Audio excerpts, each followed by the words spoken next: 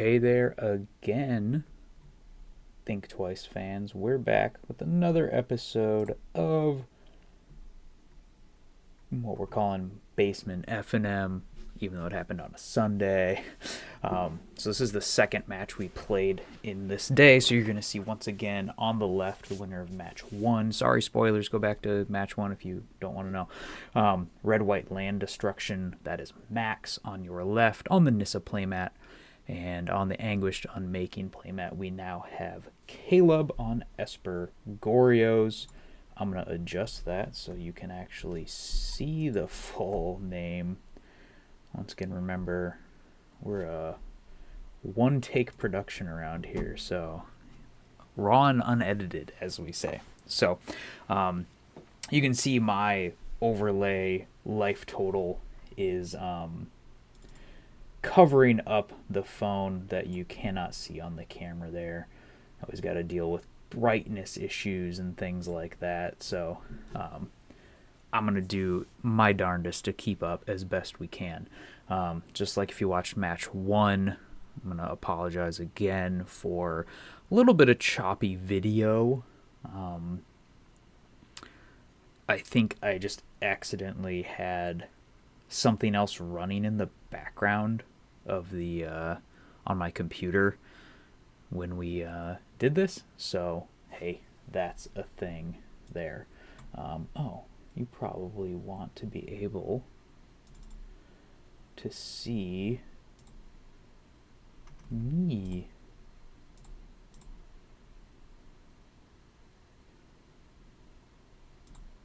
Which one are we trying to do here? Sorry there, I'm trying to get the camera of me running. Looks like players are just looking at their opening hands here. So I'm going to do two things at once. There I am. Sorry. Whee. Here we go. How about that? I know the video just wouldn't be the same if you couldn't see me up in this top corner doing commentary, right? Which just wouldn't be the same. So looks like they're looking at opening hands. I didn't see a die roll. I might have missed it. Looks like Caleb is deciding to take a mulligan. Looks like maybe Max is deciding to keep 7. So that's where we are going to be. And if you didn't watch match 1, or it's been a minute, or you just want to hear me talk about it again, hopefully the not the smoothest video is not too distracting from this. Luckily, it's not like a thing where the motion really makes a difference, because like I said, I think I maybe had something accidentally running in the background that taxed the computer a little bit more, so capturing the video was a little bit more difficult, or something along those lines. We're always working just to be a little bit better, do things, learning along the way is really what I'm talking about. So I'm certainly not an expert. I am the definition of an amateur when it comes to all this, and when you're trying to do all of the production side of stuff alongside everything else, I guess you gotta learn to live with not the best quality on every single front every single time. So appreciate you guys watching anyway as we're learning. If you've got feedback on, oh hey, have you tried this or whatever, hey, feel free to leave it. I don't know, I'm just figuring things out as I go, with OBS and cameras and all that. I also don't have necessarily the highest end equipment, so we just try things back and forth, see what we've got going on. Looks like both players have kept. Looks like maybe Max was on the playlet on a Sunken Citadel. Caleb follows up with a Flooded Strand.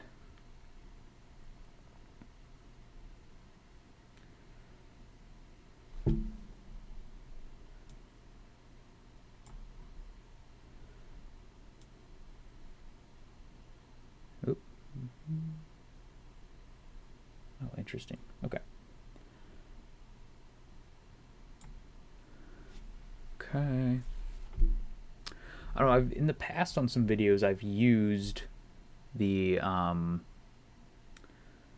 little God, words are hard this morning. I've used the like little card preview box, but haven't been doing that lately. Hopefully, just me talking through stuff works. Trying to have highest video quality we can, and I'm just running on just my own personal laptop. I don't have anything spec'd out for any of this to be running great. I think running a Chrome window at the same time, and one of the downsides of Chrome, as many of you Chrome users might know, is that it certainly uses a lot of gosh, words are so hard this morning. Uses a lot of computing power.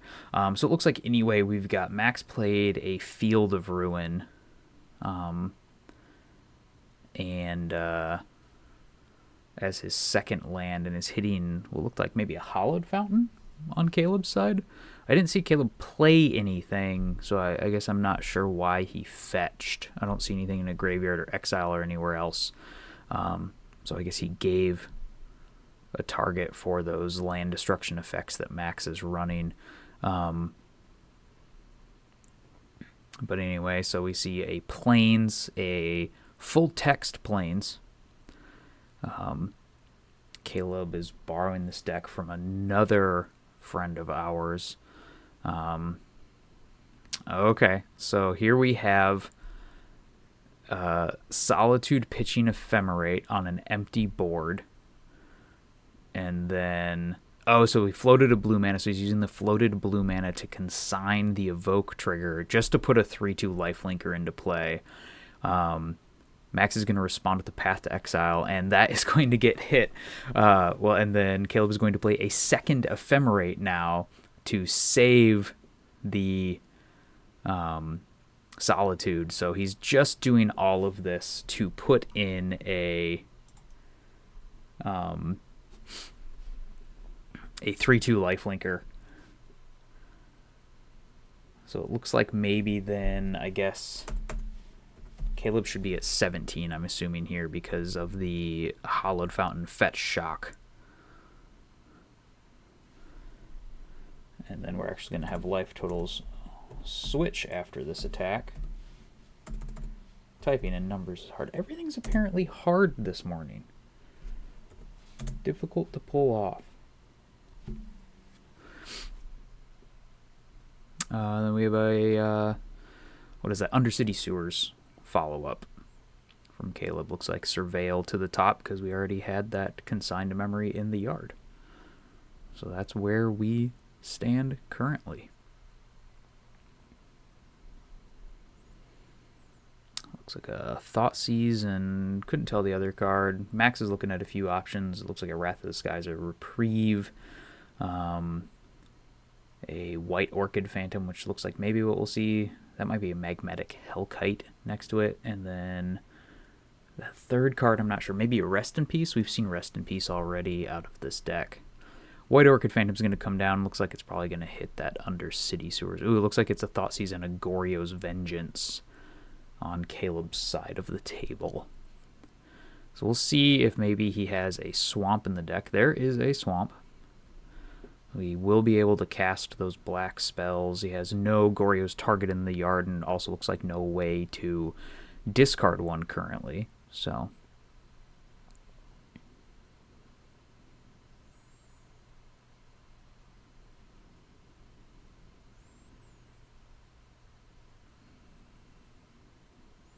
and this White Orchid Phantom does do a very good job of holding back the Solitude, being that it's a 2/2 first striker, I believe. It's got first strike.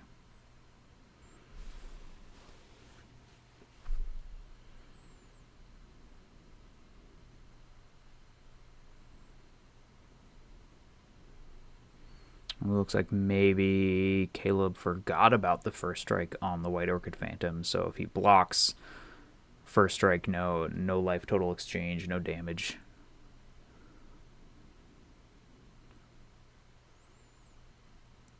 And then a Thoughtseize is going to come in. Oh, he's Thoughtseizing himself to discard the Gristlebrand, showing the Goryo's Vengeance. So trying to set up just to get Gristlebrand into play for hopefully next turn is what he's hoping. But we'll see if he gets a chance to do that. Looks like there might be some options on Max's side of the table. Double checking what Gristlebrand does. All kinds of things. That is an 8 mana 7/7 flying lifelink. And it has a wonderful ability that is pay 7 life, draw 7 cards. And we're going to go for the Goryos. It's going to get reprieved, so it'll return to his hand. Max will draw a card. And a pass back, so no land or anything we see coming in. I don't recognize all of the cards here. That looks like a demolition field, if I'm not mistaken.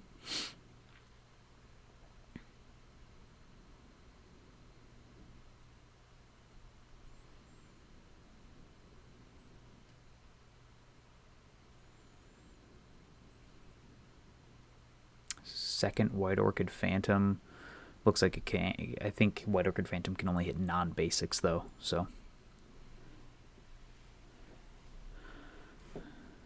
There's an Atraxodron. Looks like we're just going to go for...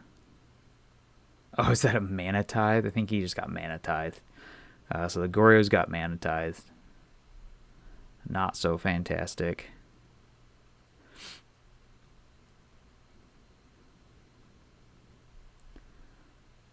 Castle Ardenvale comes down. Looks like no red mana for that Magnetic Hellkite, which does require double red. So looks like he's just going to decide to make a soldier, swing in for 4. I will tell Max next time I see him, or if he watches this, which he might, that you can activate Castle Ardenvale on your opponent's end step. Don't have to do it during your turn.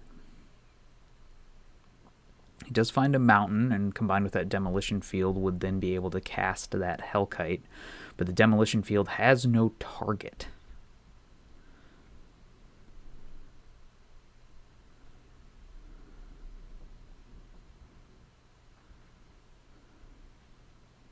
So it's making another soldier, getting in there for 4 more. This clock is doing the job well enough, though. The lack of ability to have certain colors in play is really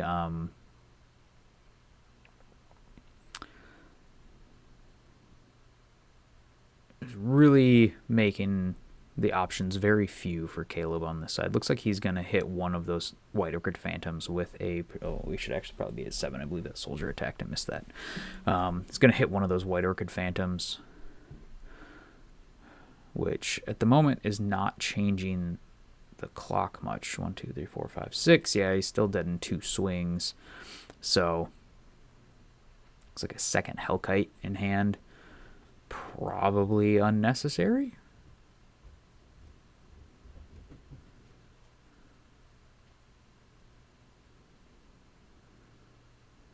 Deciding which lands to tap to activate this castle. And another swing for 4, which should put Caleb down to 3.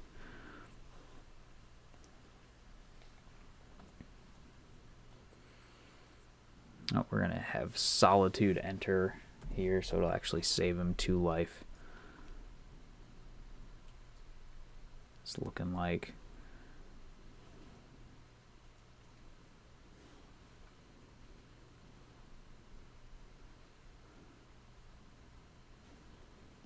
Oh, it actually might save him even more than that. He gets a block in. Okay. So I'm going to hold off on changing the life totals here again. So the Solitude is going to hit the White Orchid Phantom, and then it'll take a hit for 2 from those soldiers. I believe they're soldiers.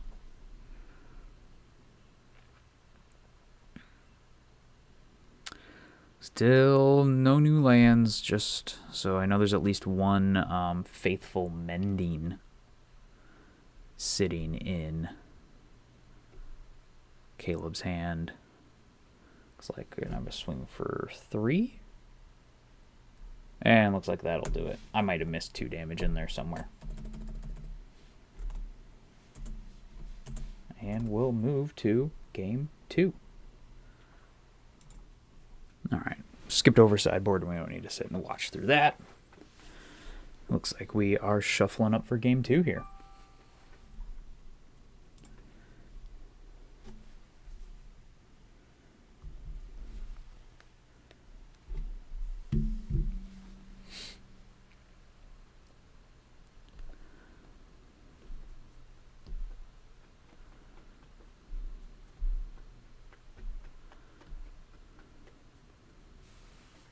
You might be able to hear my dog scratching her ear very lightly in the background. She likes to come sit with me.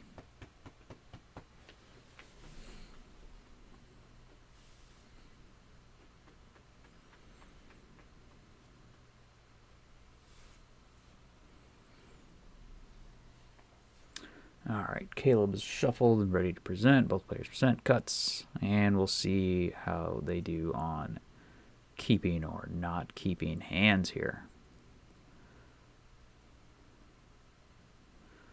Looks like I see a Consign, a land, a Wrath of the Skies, a second land, a Trexa maybe, Psychic Frog. Caleb's hand looks like Max with a very definitive mulligan quite quickly for the red-white deck.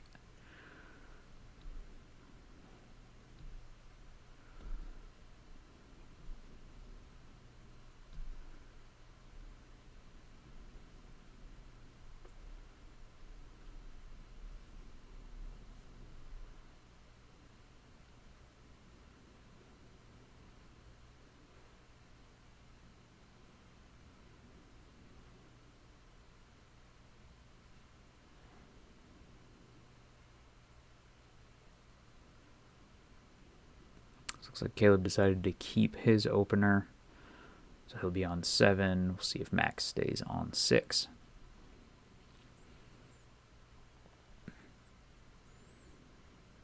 Looks like I see at least 2 lands in there. No, maybe it's only. Oh no, it looks like a red-white land and a colorless land. So maybe a Demolition Field or a Field of Ruin. Looks like he's deciding to keep. Looks like maybe was a Path to Exile. Hitting the yard, I mean hitting the bottom of the deck, and then a Marshflat start for the Goryo's Vengeance deck. I'll lead with, what is that? What's that one? Sacred Foundry? Sacred Foundry, untapped, and a pass.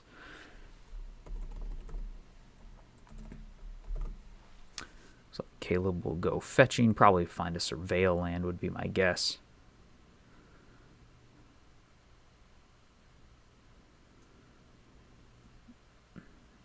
Oh, things heating up. Looks like we had a sweatshirt leave.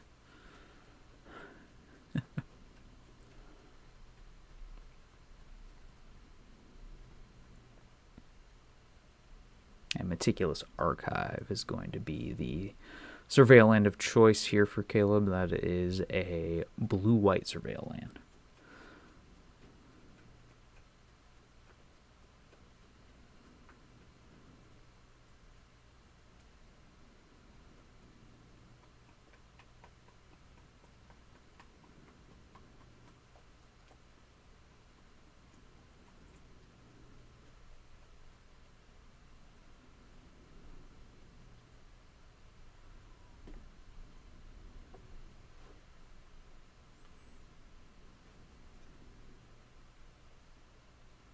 And Ephemerate, it looks like, is going to hit the yard.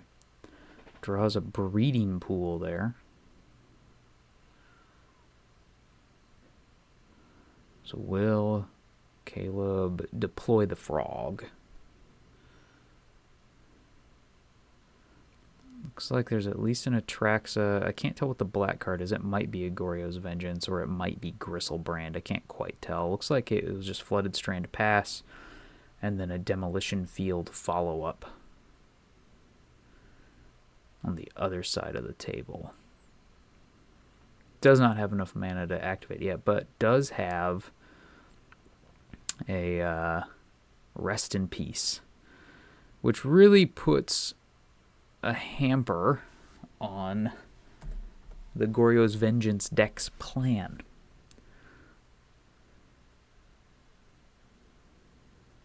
So you see this red-white deck is really a very disruptive deck by intention, not putting a lot of pressure on, but trying to stop, the opponent's ability to cast a lot of cards or just be disruptive with things like Rest in Peace, which has been an effective tool against not only the match 1 deck of Rakdos Cecil, and now the Goryo's Vengeance deck definitely gets hit hard by Rest in Peace. Is interesting to note that Max's deck build, its main win con is Flage, but he's also running Rest in Peace, a little bit of a non-bow there. So far hasn't hurt him, but we'll see if he has other things that can get him across the finish line. It looks we have seen a couple of those Magmatic Hellkites and the White Orchid Phantoms along the way. It looks like we're going to shock in that breeding pool and cast Psychic Frog.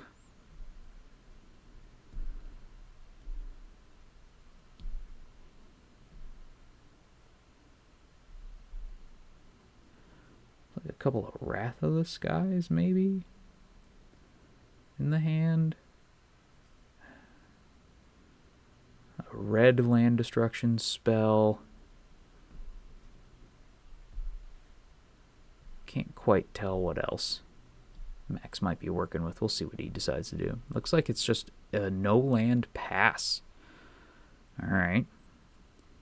This could be an opening. Shadowy Backstreet now. Another Surveil going to happen. Considering, looks like that's going to be left on top. Frog's going to get in. Wonder if Caleb will decide to discard any of those big threats out of his hand just to increase the damage. So, looks like maybe thinking about that Gristlebrand. I know Atraxa is castable. I guess technically Gristlebrand is also castable with enough black sources, but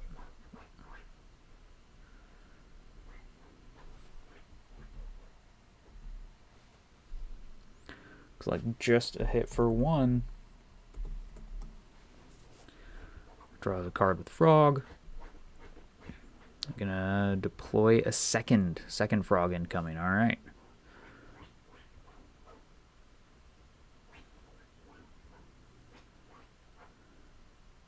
It's like another non-land draw. Not sure if that card we're seeing on the top right of Max's hand is an MDFC. It doesn't look like I see the little double-sided symbol that they have, and he's not playing a land, so there's an island drawn. Question here is, does Caleb either one have the ability to or the desire to continue to extend into this board? We do know about Wrath of the Skies. Or is he maybe going to start pushing more damage?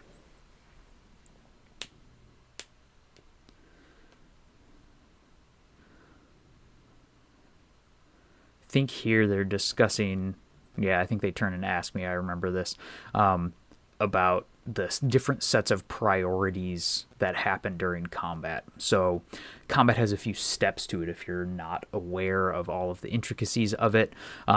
So you have the begin combat step where both players get priority. This is often where you have the many abilities triggering at the beginning of combat. In turn, you can think of Emperor of Bones, for instance, triggers at the beginning of combat. Then you go to declare attackers. the active player, in this case Caleb, can choose to declare attackers or not. Once that happens, and this is kind of just your rule to remember all the time, is that the priority order always goes active player, non-active player. So after declare attackers happens, technically the active player, the player who just declared attackers, can take actions first. Usually it's assumed you don't, but say you say, okay, I want to declare an attacker and then I also want to give it a pump spell. You can do that right then and there. Once the active player passes, the non-active player gets priority. Then they can act during declare attackers if they wish. This is where like a flash blocker would be played. Okay. Then the way the game works is when both players pass priority with an empty stack, there is nothing going on, then it moves to the next step or phase. So it looks like we have nothing else going on here. Just 2 damage, 2 cards drawn. Looks like Caleb does not want to push anymore there. Looks like he drew a Philology Archaeologist. But so then you would go to declare blockers would be next.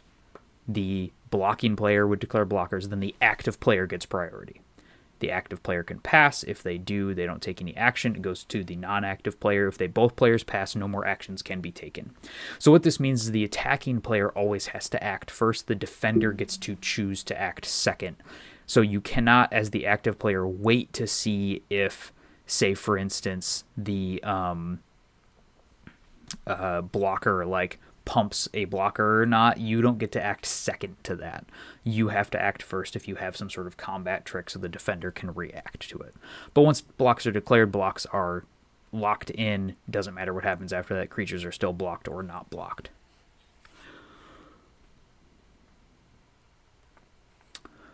Looks like maybe a second demolition field, which is not going to help cast those Wrath of the Skies. There is a Galvanic Discharge, it looks like, maybe, that could be used for something. There is a spell coming here.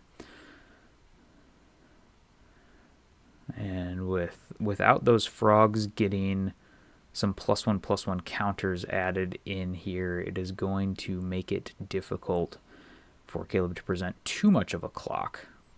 Looks like we have the demolition field getting activated. In response, we're going to have a Faithful Mending. So Caleb's just going to draw 2, discard 2, and gain 2 life. Go back up to 18.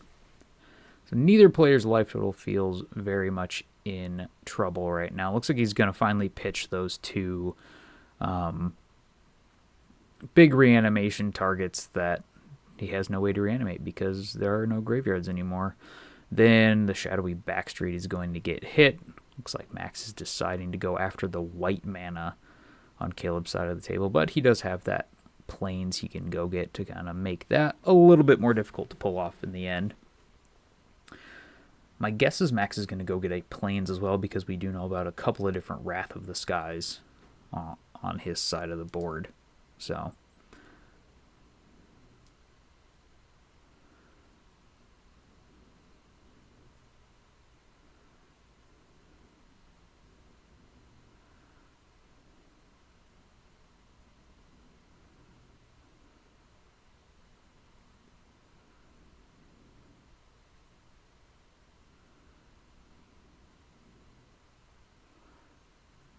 maybe a Polluted Delta. Yep, that's what that looks like. I'm really wondering here if it's in Caleb's interest or not to try to lean into these frogs. This is an attack for 3 at the moment.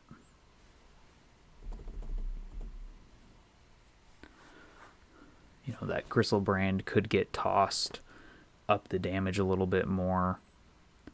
Now, we know that there are 2 Wrath of the Skies sitting in Max's hand, so if...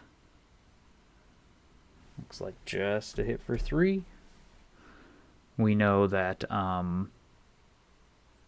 if Max finds another land, he can sweep up Caleb's whole board, so deploying this next frog is really kind of saying that if you've got Wrath of the Skies, game is yours because Caleb will probably really struggle to bounce back from a sweeper like that. It looks like maybe that's a watery grave, so maybe we're taking a shock down to 15. He's going to leave him with 4 mana. I'm wondering what he's playing here. He's doing this in his own turn, so presumably he wants to cast a spell. Not really sure what it might be. Looks like there's a Thoughtseize. Oh, did he need the black mana? Okay.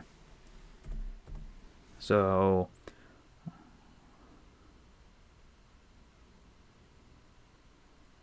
looks like we see 2 Wrath of the Skies. I don't know what this white card in the left bunch is.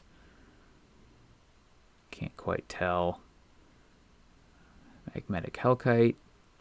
What is this? Sundering Eruption? Something like that. That's the red one, kind of overlapping the Thoughtseize there, is a 3 mana destroy land, draw card.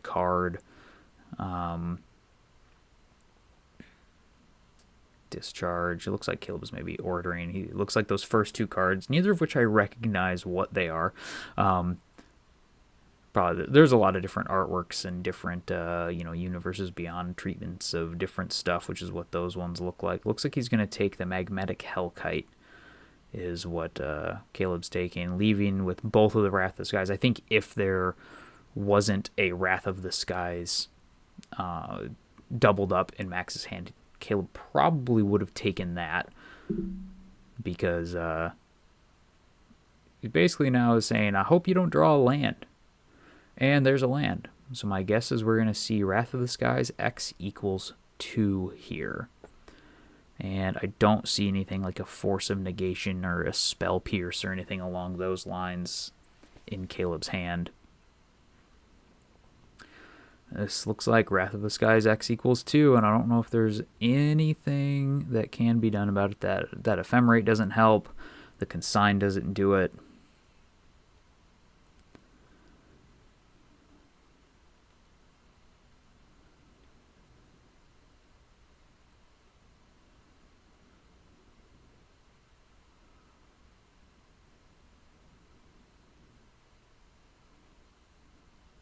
So they're talking about what happens with the what cards end up where because of the destruction of the Rest in Peace. Gosh, card names are so hard for me today. And so the way this works is the Wrath of the Skies will destroy everything 2 and less of whatever types: creatures, planeswalker, creatures, enchantments, artifacts, I think is what it hits. So everything that is on the battlefield when the Wrath of the Skies goes to resolve will end up being destroyed as part of the resolution. Then the spell, the Wrath of the Skies, will end up in the graveyard because part of its effect destroyed the Rest in Peace. So all of Caleb's creatures and the Rest in Peace will go to exile because the Rest in Peace sees those all go. They're gone before the resolution, the final resolution of the Wrath of the Skies. So then the Wrath of the Skies will go to the graveyard, is the way this works. It's if you're familiar with Dauthi Voidwalker, it's kind of like if you have a destroy spell, like let's say you Fatal Push a Dauthi Voidwalker, then your Fatal Push will go to the graveyard because part of the resolution is destroying the creature, so it's not there when then the card that destroyed it goes to the graveyard. But if you use a Lightning Bolt, for instance, it won't go to the graveyard to get exiled with a Void counter, because the way damage spells work is they fully resolve, deal their damage, and then state-based actions are checked by the game, and it sees a creature with lethal damage on it, and then it goes. And so it's about different kind of resolutions and the way things resolve and where they work out. Looks like we're going to have a Field of Ruin activated on that breeding pool. So what this does open up now for Caleb with the Rest in Peace gone is that if he can find another discard outlet, then he can Goryo's in something, because now he has access to his graveyard again, which maybe was something to potentially think about, instead of extending that third psychic frog into the battlefield, is hold it back. Maybe he wasn't thinking about Wrath of the Skies. I don't remember if he saw Wrath of the Skies in game 1, so he might not have necessarily known that that was a card that Max was running. Looks like Caleb drew a Force of Negation the turn after this happened. Ooh, okay, that might be a different art of Rest in Peace, and that is going to get Force of Negationed. Caleb says, no thank you, I would like access to my graveyard. So another interesting thing you can do with Rest in Peace is, let's say Caleb had a Goryozable creature already in the yard. Rest in Peace has a triggered ability and then a static ability. So what it says is, first one says, when it enters, you exile all graveyards. Then any card that would go to a graveyard gets exiled instead. So it has a triggered ability and a replacement effect. You can use Consign to hit that triggered ability to make it so whatever is currently in graveyards will stay. And then, okay, so it looks like whatever Sundering Eruption or whatever effect that is going after that Plains. I think in this case, if you're in this situation, it's better to go after the dual land. So if Max is looking to take Caleb off of white mana, he pretty much already knows that Caleb is out of basics because he's not searching. So hopefully I haven't missed any damage here. Looks like that's a Godless Shrine coming in. So I think we're at 12-12.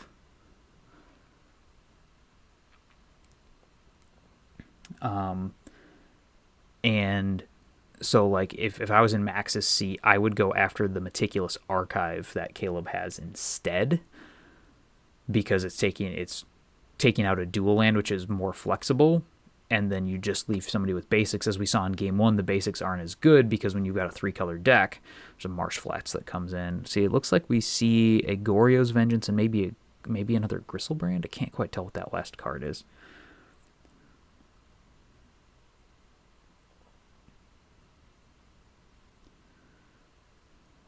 Players organizing lands. Sometimes we all needed a way to keep track of what is giving us access to what.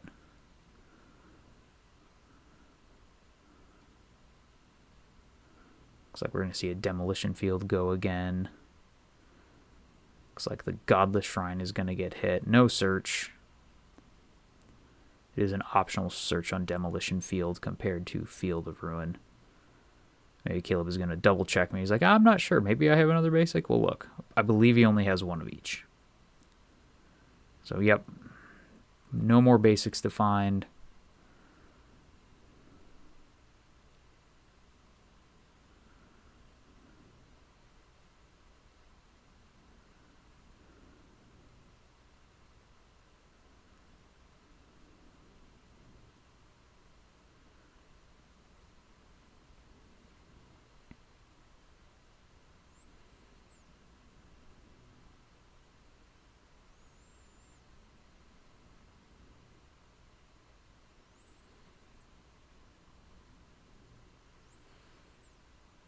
Looks like Max has a full grip of cards, but still no game-winning piece yet. Still nothing to reduce Caleb's life total. So its life is difficult, but not gone yet. So, okay, so we see another one of these land destruction effects happening, this time going after the island. Once again, if he hits the Meticulous Archive, Caleb just might be out of white mana. And then that really could change some things here. Caleb decides not to fetch. Just decides to look at his next card, which is very viable as a strategy. He may also just not have anything left to fetch. I'm not sure. All right, there's something that can win Castle Ardenvale. Very slow, but it can do it.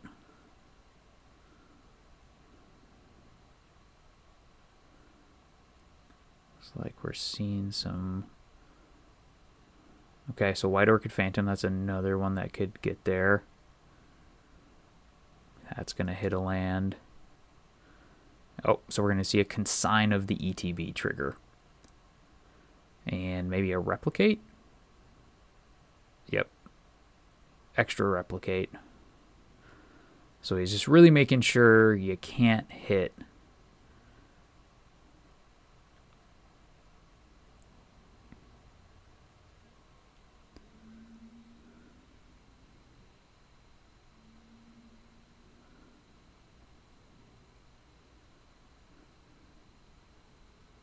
So they're talking about, okay, so there's 3 effects of the card. There's the original, and then it's being replicated 2 times. So there's 3 instances of counter target triggered ability that is happening here.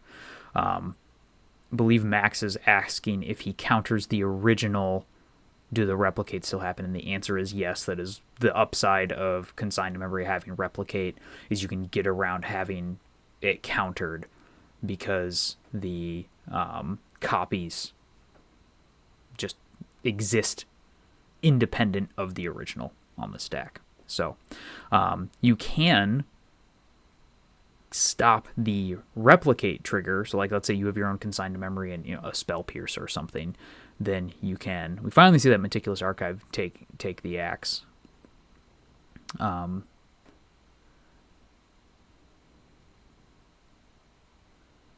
Looks like maybe the other demolition field was activated. So Max will go get another basic. But now I'm starting to wonder, does Caleb have access to any more white mana? And he might not. We've seen,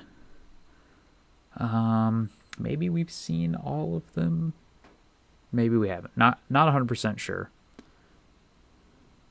And then there's another rest in peace that comes on in.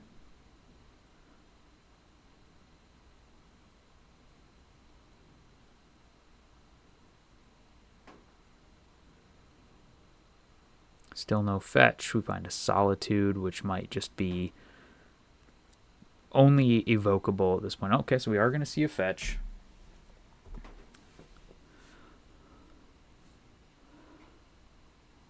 Caleb is looking. There is a Hallowed Fountain.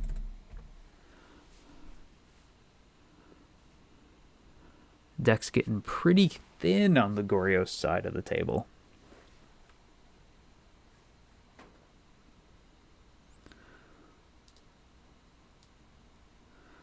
So we're going to see Solitude, pitch Wrath of the Skies. So that will increase the life total there. And then it will be ephemerated.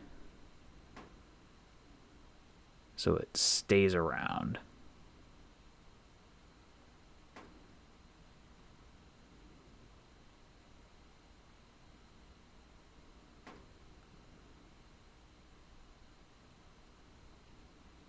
That Ephemerate waiting for a potential rebound probably won't be cast because Max would have to. I mean, I guess if Max plays a creature this turn.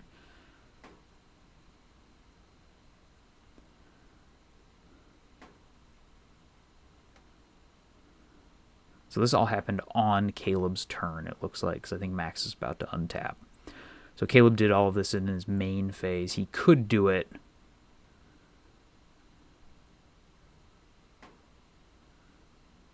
Looks like another Wrath of the Skies drawn there.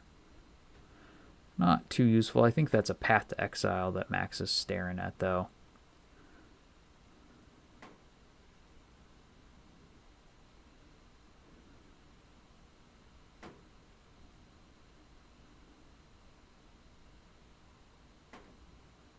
One, two, three, four, five. Just activating Castle Ardenvale. Once again, you can wait until your opponent's turn to activate that. You do not have to do it on your turn.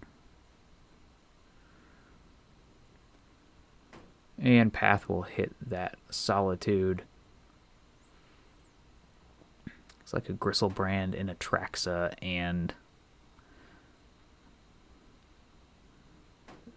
maybe a Goryo's Vengeance Name. There's a second Goryo's. And I think that is enough for Caleb there to say, yep, I'm not going to find a way back into this game. He doesn't have access to a graveyard. He doesn't have access to ability to cast pretty much any of his cards. And so he decided, hey, that was enough for me. All right, folks, that was our second match. We will have one more coming your way. So thanks for watching. Thanks for checking it out.